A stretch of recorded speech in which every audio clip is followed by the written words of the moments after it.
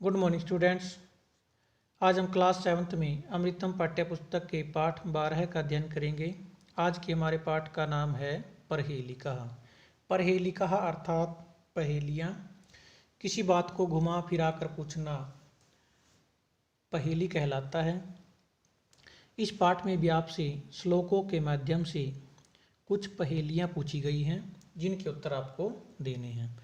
तो आइए पढ़ते हैं इनके बारे में।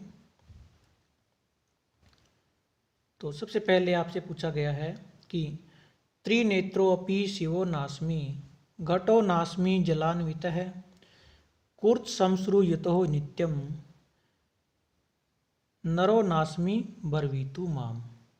कहता कि त्रिनेत्रोऽपि शिवो नास्मि, त्रिनेत्र अपि तीन आँखों वाला होते हुए भी, शिव है न अस्मि। नास्मि को जब हम अलग करेंगे तो बन जाएगा न प्लस अस्मि।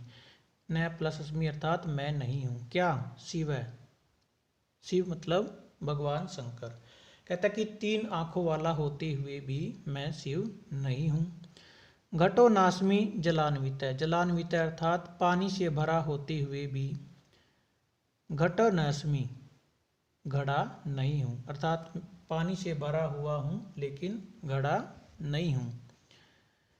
कहता है कुर्तशमश्रुयुतो नित्यम। कुर्तशमश्रुयुतो नित्यम, कुर्तशमश्रुयुत है, तीन शब्द आपके। कुर्तशमश्रुयुत है। कुर्त और शमश्रु कहते हैं दाढ़ी और मूछ को। युत है नित्यम, दाढ़ी और मूछ से युक्त होते हुए भी या दाढ़ी और मूछ वाला होते हुए भी, नरो नास्मि मैं मनुष्य नहीं हूँ। दाढ़ी और मूछ वाला होते हुए भी मैं मनुष्य नहीं हूँ। तो ब्रवीतु माम बताइए मैं कौन हूँ, अर्थात मेरे बारे में बताइए, मुझको बताइए। तो इसका आपका उत्तर हो जाएगा नारियल। ठीक है, नारियल के को आपने सभी ने देखा है।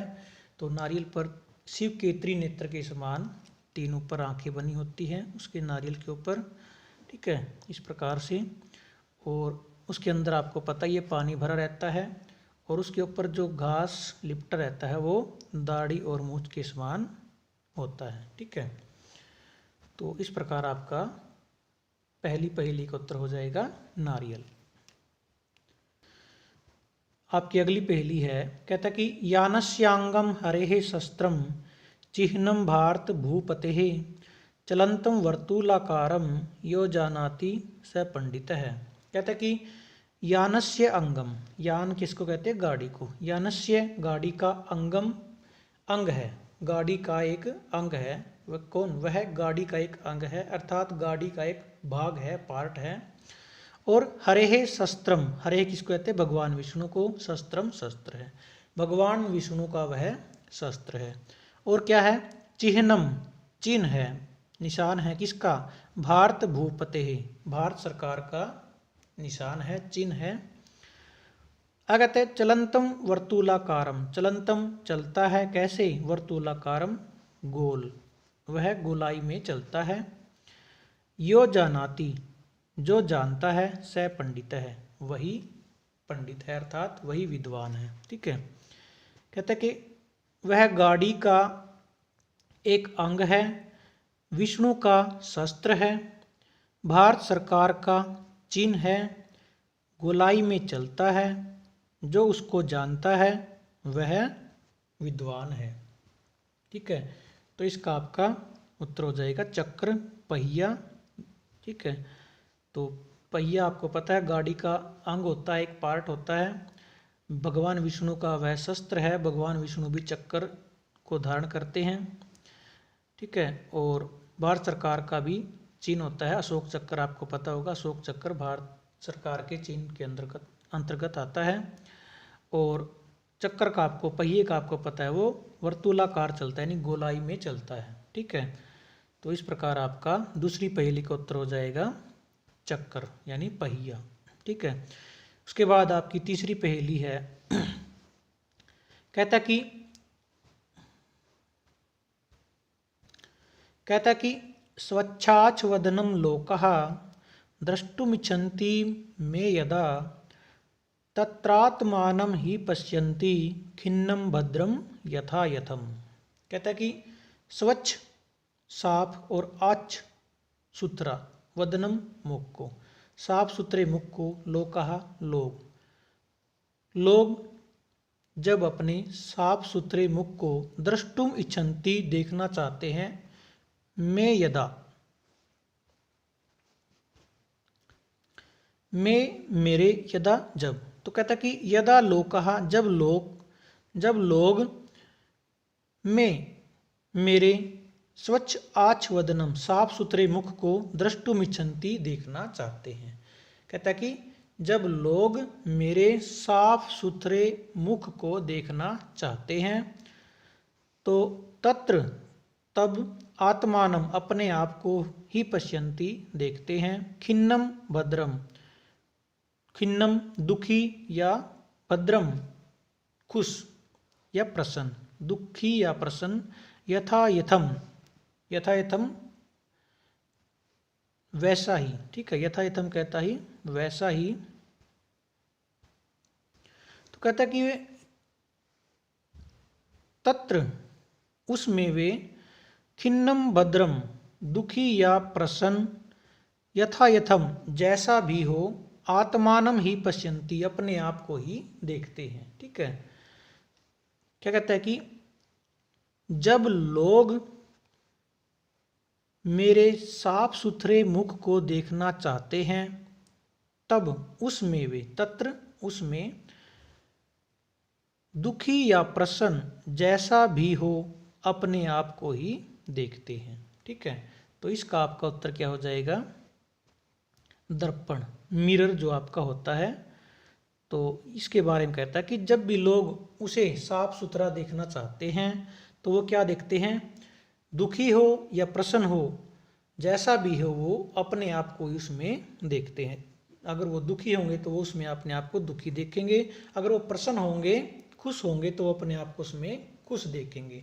तो ऐसा कहाँ पर होता है? दर्पण में। ठीक है, मनुष्य जैसा भी होता है वो उसमें वैसा ही दिखाई देता है जब भी वो अपना मुख देखना चाहता है। ठीक है, उसके बाद आपकी अगली पहेली है, कहता कि स्नेहम ददाति यो मह्यम नित्यम तस्मै ददाम्यहम ज्योति ही पदार्थ ज्ञानाय कोहम वदतु सांप्रतम। कहते कि स्नेहम, स्नेह, स्नेह का अर्थ यहाँ पर है चिकनाहट, चिकनाहट यानी कि तेल। ददाती देता है, यह जो मह्यम मुझे, जो मुझे स्नेह देता है अर्थात तेल प्रदान करता है। नित्यम तस्मै ददामी अहम, नित्यम हमेशा, तस्मै उसे, ददामी अहम, दो शब्द आपके यहाँ पर, ददामी प्लस अहम, ददामी देता हूँ, अहम मैं देता हूँ उसको क्या? ज्योति प्रकाश, किस लिए? पदार्थ ज्ञान आए, पदार्थों को पहचानने के लिए, पदार्थों को देखने के लिए। ठीक है, उसको मैं पदार्थों को पहचानने के लिए, वस्तुओं को पहचानने के लिए या वस्तुओं के ज्ञान के लिए क्या देता हूँ? प्रकाश देता हूँ। ठीक है, किसको? जो मुझे क्या देता है? नित्य तेल, स्नेहम ददाति, यो मह्यम नित्यम स्नेहम ददाति, जो मुझे प्रतिदिन या नित्य तेल प्रदान करता है या तेल देता है, उसको मैं पदार्थ को पहचानने के लिए, वस्तुओं को पहचानने के लिए प्रकाश देता हूँ। को अहम, मैं कौन हूँ? वदतु सांप्रतम, अब बताओ, तो अब बताइए कि मैं कौन हूँ। ठीक है, समझ में आया? तो एक बार फिर से बताते हूँ। कहता है कि जो मुझे नित्य स्नेह देता, स्नेह अर्थात तेल देता है। ठीक है, जो मुझे नित्य स्नेह देता है उसको मैं वस्तुओं को जानने या वस्तुओं को पहचानने के लिए प्रकाश देता हूँ या ज्योति देता हूँ। तो अब बताइए मैं कौन हूँ? तो इसका आपका उत्तर हो जाएगा दीपक। ठीक है, जो भी दीपक को तेल देता है वो उसको वस्तुओं को देखने के लिए या वस्तुओं को पहचानने के लिए प्रकाश देता है, लाइट देता है। तो इस प्रकार आपका उत्तर हो जाएगा दीपक। ठीक है। उसके बाद आपकी अगली पहेली है, कहता कि अपदो दूरगामी च साक्षरो न च पंडित है अमुख स्फुट वक्ता च यो जानाति स पंडित है। कहते कि अपदो, अपद हूँ मैं, कैसा हूँ, बिना पैरों वाला होते हुए भी कैसा है, दूरगामी, दूर तक चलने वाला है या दूर तक जाने वाला है। वह बिना पैरों के भी दूर तक जाने वाला है, अर्थात उसके पैर नहीं है लेकिन वो दूर दूर तक जाता है। ठीक है। और साक्षरों, अक्षरों से युक्त होते हुए भी, अक्षरों से युक्त होते हुए भी न पंडित है, विद्वान नहीं है, ज्ञानी नहीं है। अक्षरों से युक्त है लेकिन विद्वान नहीं है, ज्ञानी नहीं है। अमुख है, बिना मुख वाला है लेकिन स्फुट वक्ता, स्पष्ट बोलने वाला। ठीक है। यानी मुख न होते हुए भी स्पष्ट बोलता है, स्पष्ट बोलने वाला है। यह जानाति, जो जानता है, यानी जो उसे जानता है, सह पंडित है, वही पंडित है, वही विद्वान है। ठीक है। तो कहता है कि बिना पैर के भी दूर तक जाता है या बिना पैर के भी दूर तक जाने वाला है। अक्षर से युक्त होते हुए भी विद्वान नहीं है, अक्षर से युक्त है लेकिन विद्वान नहीं है। बिना मुख के भी स्पष्ट बोलने वाला है, जो उसको जानता है वह विद्वान है। ठीक है।